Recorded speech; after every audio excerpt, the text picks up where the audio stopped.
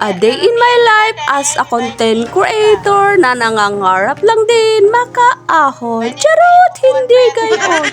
So for today's videos nga pala, ngayong araw na ito is magluluto na naman ang kaperson nyo ng gulay na may itlog. Syempre bago nga pala ang lahat, ay inayos ko nga muna pala ng maigi ang aking buhok kasi baka naman pagluto natin is magkaprag. Mahirap na baka magkaroon ng kuto. Ay, charot, hindi gayon. Syempre tamang unat-unat lang din ang ating katawan kasi baka naman dahil masakit pa talaga yung aking katawan dahil sa sobrang init. At sa sobrang pagkakahiga sa ating higaan ay tayo, baka tayo ma-stiffneck. Ay, charot, wag naman. Eto na nga pala guys, finally guys, ay naggagayat-gayat na nga rin pala ako na itong ating talong guys. Bali ito nga palang talong is nabili ko nga pala kahapon. Kaya hindi ko naluto kahapon dahil meron pa naman kaming ulam. Kaya ngayon ko lang din siya maluluto. Bali, ginagayat-gayat ko lang po ito ng maliliit para naman pag nakain ng ating mga anak ay madali na lang siyang lunukin kasi sa sobrang liit niya. At syempre dahil malambot na siya ay madali na lang siyang kainin. At eto na nga pala guys, kung mapapansin nyo dyan ay todo papansin talaga yung aking mga anak sa camera. Kaya etong ginagawa ko ay minamadali ko na lang din dahil yung mga anak ko ay wala nga palang klase ngayon dahil holiday daw at Chinese New Year. Pero hindi naman kami mga Chinese, pero ganyan na lang din, sunod na lang din tayo dahil ganyan talaga ang holiday ng ating wala tayo dyang magagawa. Siyempre, may pasok din naman ang asawa ko, kaya eto, kailangan nating kumilos kasi kung hindi tayo kikilos, sino pa? At eto na nga pala guys, makabalik tayo sa ating niluluto. Eto na nga pala, meron na nga pala tayong tinuon. Bali, yung anak ko nga pala yung nagtuon kanina. Bali, ang lulutuin ko na lang pala ngayon is ulam na lang. Syempre, kailangan natin itong madaliin dahil anong oras na. At alam kong ginugutom na rin ang aking mga anak. Kaya pagpasensyahan nyo na talaga itong aking pag-voice over dahil hindi maiiwasan talaga. Mabubulol tayo dyan. Medyo nagpapapansin pa talaga yung aking bunsong pasaway. Kaya pagpasensyahan nyo na. Syempre tiningnan ko na rin nga pala yung aking sinain. At eto na nga pala, back to tayo, nandito nga pala kami sa labas dahil yung anak ko is nagpa-video pa.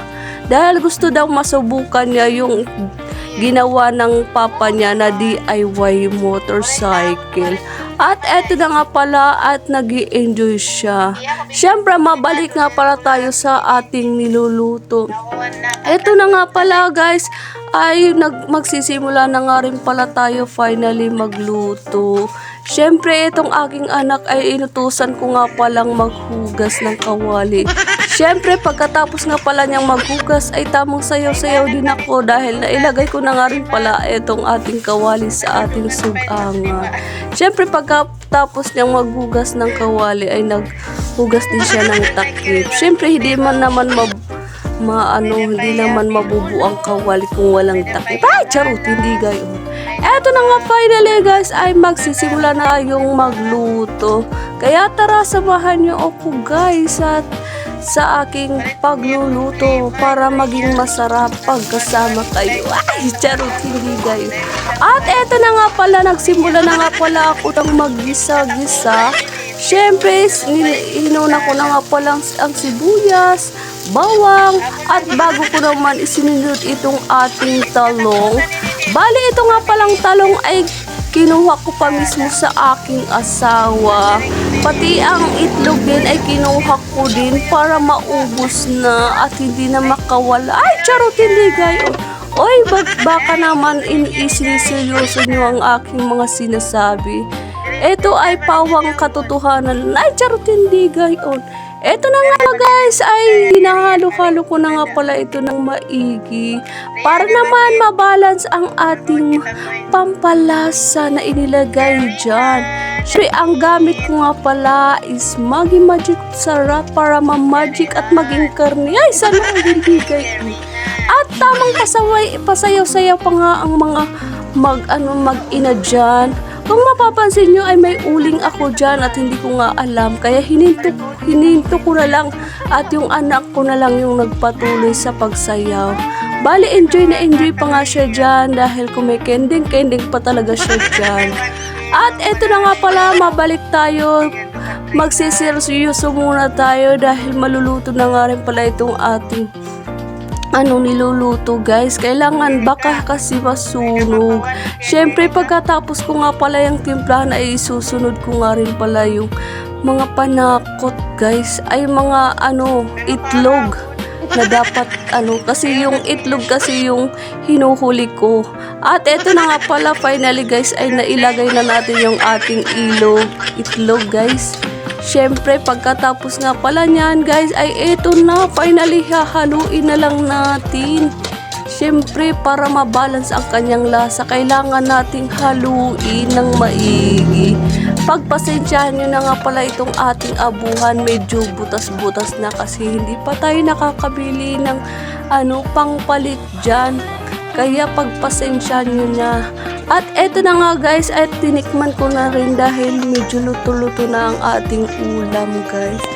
Pero hindi nga pala ako nakontento sa lasa, kaya eto, dinagdagan ko pa ng asin.